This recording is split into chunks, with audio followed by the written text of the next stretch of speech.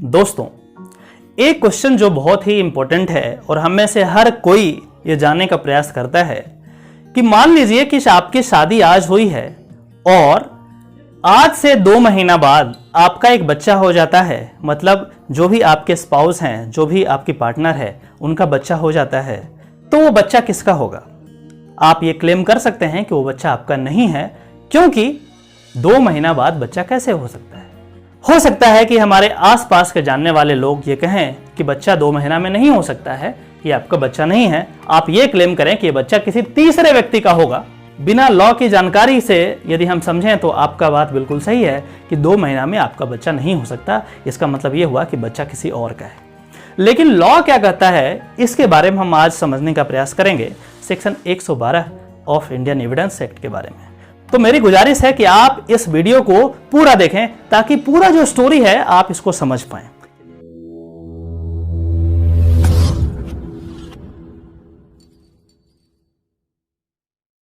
आज हम बात करेंगे section 112 of Indian Evidence Act 1872, जिसमें कहा गया है birth during marriage conclusive proof of legitimacy. क्या कहता है कि बर्थ क्या हो गया, जन्म हो गया उस बच्चे का, ड्यूरिंग मैरिज, जब मैरिज हो गया हो। मैरिज यदि नहीं हुआ है तो कोई मतलब नहीं है इस सेक्शन का। जब आपका मैरिज वैलिड है उसके बाद ये जो सेक्शन है इफेक्ट में आता है। कहता है birth during marriage conclusive proof of legitimacy. अब ये जो वर्ड है कंक्लूसिव प्रूफ, ये बड़ा इंपॉर्टेंट है और इस वर्ड को सेक्शन 4 में डिफाइन किया गया है। इंडियन एविडेंस एक्ट के सेक्शन 4 में कंक्लूसिव वर्ड का मतलब क्या होता है, कंक्लूसिव प्रूफ का मतलब क्या होता है, इसको डिफाइन किया गया है। हम इसको बाद में देखेंगे, पहले इसको समझ लेते हैं। अब ध्यान से समझिए, एक एक वर्ड को बहुत ही अच्छे तरीके से ध्यान से समझिए। क्या कहता है? The fact that any person, ये जो सर्कल किया गया है, अंडरलाइन किया गया है, ये सब वर्ड को हम बाद में आपको बताएंगे कि इंपॉर्टेंट है। ठीक है, अभी आप इसको एक ओवरव्यू लीजिए। The fact that any person was born during the continuance of a valid marriage between his mother and any man or within 280 days after its dissolution the mother remaining unmarried shall be conclusive proof that he is the legitimate son of that man unless it can be shown that the parties to the marriage had no access to each other at any time when he could have been begotten।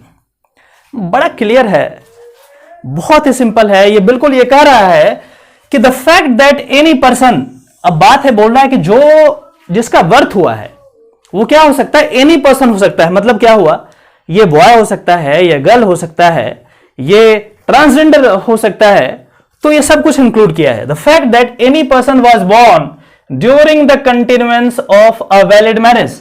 दूसरा requirement क्या है भैया, जो marriage होना चाहिए वो क्या होना चाहिए, वो वैलिड होना चाहिए। इनवैलिड यदि मैरिज होगा तो ये इफेक्टिव नहीं होगा। Between his mother and any man, his mother मतलब जो औरत है और एनी मैन मतलब जिससे शादी हुई है, और within 280 days after its dissolution.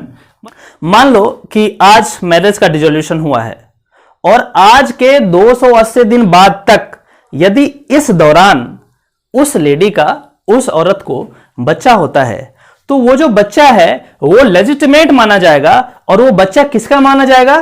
वो बच्चा उनके पहले वाले हस्बैंड, जब वो डिसोल्यूशन से पहले जो हस्बैंड थे उनका माना जाएगा। तो ये जरूरी है कि जब से डिसोल्यूशन हुआ है उसके 280 दिन बाद तक यदि बच्चा होता है तो वही माने जाएंगे उसके पिता, जो डिसोल्यूशन के पहले इसके हस्बैंड थे। इसके लिए रिक्वायरमेंट यह है कि इन 280 दिनों में, जब से डिसोल्यूशन हुआ और आगे के 280 दिनों में, इन दोनों के बीच में इस औरत का कहीं दूसरी जगह शादी नहीं होना चाहिए। यदि शादी हो गई है तब तो लेजिटिमेसी उन पे चला जाएगा कि वो जो है पिता हैं उसके। लेकिन यदि वो अनमैरिड है, डिसोल्यूशन हो गया, इसके बावजूद भी यदि 280 दिन बाद तक यदि बच्चा होता है और वो जो महिला है वो अनमैरिड है, तो ऐसा माना जाएगा जो मैरिज डिसोल्यूशन के पहले उसके हस्बैंड थे वही उस बच्चे के पिता होंगे और बच्चा लेजिटिमेट माना जाएगा। Duration, the mother remaining unmarried shall be conclusive proof. अब ये कंक्लूसिव प्रूफ को हम समझने का प्रयास करते हैं कि आखिर कंक्लूसिव प्रूफ क्या है। कंक्लूसिव प्रूफ को समझने के लिए हम section 4 of Indian Evidence Act 1872 में जाते हैं। ये कहता है कि when one fact is declared by this act to be conclusive proof of another, the court shall, यहां पे वर्ड क्या यूज किया गया है, shall, the court shall on proof of one fact regards the other as proved and shall not allow evidence to be given for the purpose of disproving it।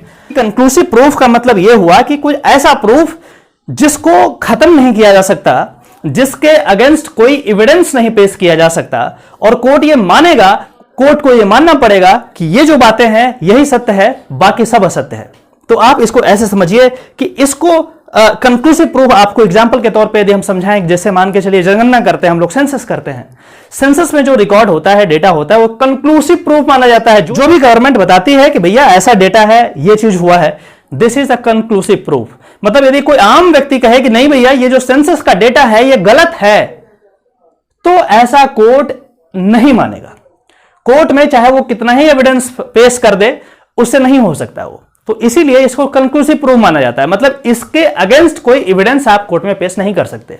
ठीक उसी प्रकार ये चीजें हैं कि एक बार यदि ये प्रूफ हो गया कि हाँ भैया 280 दिन बाद तक, डिसोल्यूशन के 280 दिन बाद यदि ये बच्चा हुआ है, तो ये माना जाएगा, प्रिजम्पशन ऑफ लॉ है कि बच्चा तुम्हारा ही है।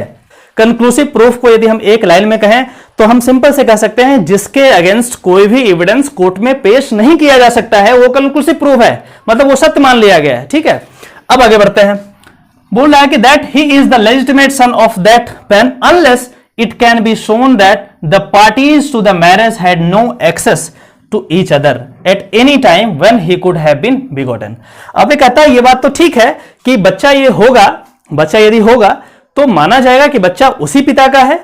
ठीक है, भले उसकी शादी 1 महीना पहले ही क्यों ना हुई हो, क्योंकि जैसे ही शादी 1 महीना पहले होती है तो बाकी जो रिक्वायरमेंट है, कंटिन्यूएंस ऑफ मैरिज होगा, वैलिड मैरिज होगा, ये सारे रिक्वायरमेंट पूरा होता है, तो मान लिया जाएगा कि बच्चा उसी का है। इसमें एक एक्सेप्शन यहां पे दिया गया है। मान के चलिए कि शादी तो हो गई, वैलिड मैरिज है, लेकिन क्या हुआ कि पति पत्नी अलग हो गए, पति दूसरे शहर में रहता है, पत्नी दूसरे शहर में रहता है। उस सिचुएशन में क्या है कि यहां पे एक्सेस नहीं है, यह अपॉर्चुनिटी नहीं है कि ये दोनों एक साथ मिल पाए, और इसीलिए यदि नॉन एक्सेस प्रूफ कर दिया जाए कि ये दोनों मिले ही नहीं कभी, तो ये जो है, ये जो प्रिजम्पशन ऑफ लॉ है उसको डिस्कार्ड किया जा सकता है, हटाया जा सकता है, और ये जो प्रूफ हम बात कर रहे थे कंक्लूसिव प्रूफ को, इसको खत्म किया जा सकता है।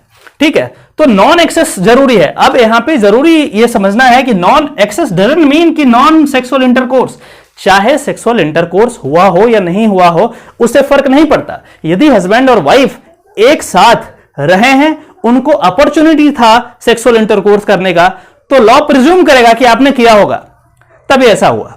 ठीक है, तो यहां पे नॉन एक्सेस है, यहां पे नॉन सेक्सुअल इंटरकोर्स नहीं लिखा गया है। मतलब ये सिंपल सा इंडिकेट करता है कि only opportunities for sexual intercourse यदि है तो भी ऐसा माना जाएगा कि ये बच्चा उन्हीं का है। नॉन एक्सेस मतलब क्लियर है कि ये दोनों को अपॉर्चुनिटी नहीं था एक दूसरे से मिलने का। सपोज एक यदि दिल्ली में है तो दूसरा मान के चलो कि पटना में है, और पिछले कई सालों से दोनों अलग रह रहे हैं, अपॉर्चुनिटी ही नहीं है इनको एक साथ आने का, तो उस सिचुएशन में जो प्रिजम्पशन है हमारे लॉ का वो डिफीट हो जाएगा, और ऐसा माना जाएगा कि ये बंदा नॉन एक्सेस को प्रूफ कर दिया। तो जैसे ही नॉन एक्सेस को प्रूफ करेगा वैसे ही क्या होगा, वैसे ही जो प्रिजम्पशन है वो खत्म हो जाएगा। लेकिन यदि ये नॉन एक्सेस प्रूफ नहीं हो पाता है तो चाहे आप कुछ भी कर लो, ऐसा माना जाएगा कि ये बच्चा आपका ही है, चाहे आप सेक्सुअल इंटरकोर्स किए हो या नहीं किए हो, लॉ को उससे कोई मतलब नहीं है। लॉ तो फिलहाल यही है। अब क्वेश्चन ये आता है कि सर ऐसा क्यों, ये तो देखने से ही लग रहा है कि कुछ ना कुछ प्रॉब्लम है। यदि मेरी शादी आज होती है तो आज से 1 मंथ बाद बच्चा कैसे हो सकता है, ये तो बिल्कुल कॉमन सेंस वाली बात है। कैसे हो सकता है, पॉसिबल नहीं है। गेस्टेशन पीरियड यदि बायोलॉजी की बात करेंगे तो 9 मंथ्स का आएगा मिनिमम। तो ये कैसा लॉ बना दिया, कौन बना दिया भाई? तो मैं आपको बताऊं, ये लॉ 1872 का है, इंडियन एविडेंस एक्ट का। ये यूके में ऐसे ही फॉलो होता था उस समय, और इसीलिए उसके तर्ज पे यहां पे लॉ बनाया गया। इसका सबसे बड़ा कारण है कि लॉ का जो उद्देश्य है वो बच्चे को प्रोटेक्ट करना, बच्चे के राइट्स को प्रोटेक्ट करना। और आजकल यदि हम बात करें तो प्रिवेसी यहां पे इन्वॉल्व है, बच्चे की प्रिवेसी इन्वॉल्व है। ठीक है, and now you know privacy is a fundamental right. Puttu Swamy का केस है इस पे बहुत बेहतरीन, आप उसको पढ़ सकते हैं प्रिवेसी को लेकर के। तो ये चीजें जो है बहुत ही इंपॉर्टेंट है। अब एक क्वेश्चन ये उठता है कि बहुत सारे लोग बोलते हैं कि अच्छा ऐसा है, यदि बच्चा, मेरा शादी आज हुई है और बच्चा 2 महीना बाद हुआ है, तो अड़ जाते हैं भैया हम डीएनए टेस्ट करा लेंगे, देख लेंगे कि बच्चा किसका है। इतना आसान नहीं होता डीएनए टेस्ट कराना, ये बिल्कुल बहुत मुश्किल है। हमारे पास केसेस हैं जिसमें ये बिल्कुल प्रूफ हो चुका है कि डीएनए टेस्ट कराना रेगुलर बेसिस पे ये आसान नहीं होता है। Unless you have the permission of the honourable court you can not go for DNA test. तो डीएनए टेस्ट का जो नॉर्मल आपको बता दें कि ये आसान नहीं होता है, सिंपल सेंस में आप समझिए कि यूजुअली नो, आप नहीं करा सकते हैं डीएनए टेस्ट। लेकिन ये कुछ केसेस हैं, कुछ स्पेशल केसेस हैं जहां पे आप करा सकते हैं, but only with the permission of honourable court. तो yes, only with the permission of court आप करा सकते हैं, ठीक है। तो आखिर ऐसा क्यों है कि हमें कोर्ट का परमिशन क्यों लेना पड़ता है? मैंने आपको पहले ही बताया, laws acts as a protector of the privacy of the child and parents. यदि पेरेंट्स मना करें तो बच्चा जो है, बच्चे का, भैया अब यदि आप दोनों का बच्चा हुआ है तो उसमें बच्चे का क्या गलती है? बच्चे को कौन प्रोटेक्ट करेगा? यदि लॉ ये डिक्लेयर कर दे कि वो बच्चा जो है इलिजिटिमेट है, उस बच्चे का क्या होगा? कैसे प्रोटेक्ट होगा? उसकी परवरिश कैसे होगी?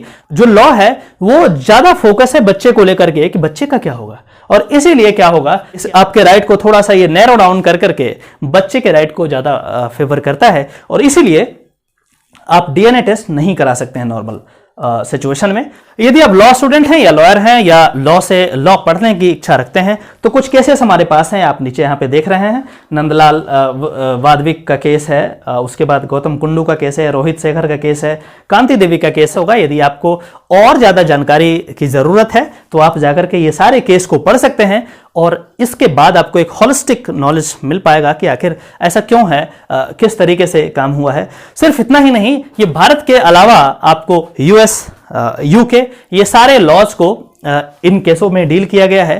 तो यदि आप ये केस पढ़ते हैं तो आपको एक बहुत ही ओवरऑल पिक्चर बढ़िया सा मिलेगा। दोस्तों, यदि ये वीडियो आपको पसंद आता है तो आप इसे थम्स अप दें, इस चैनल को सब्सक्राइब करें और बेल बटन भी दबा दें ताकि आगे आने वाला वीडियो जो है आप तक पहुंच जाए। और एक और बात जो सबसे इंपॉर्टेंट है, इस वीडियो को अपने आसपास के लोगों में शेयर करें।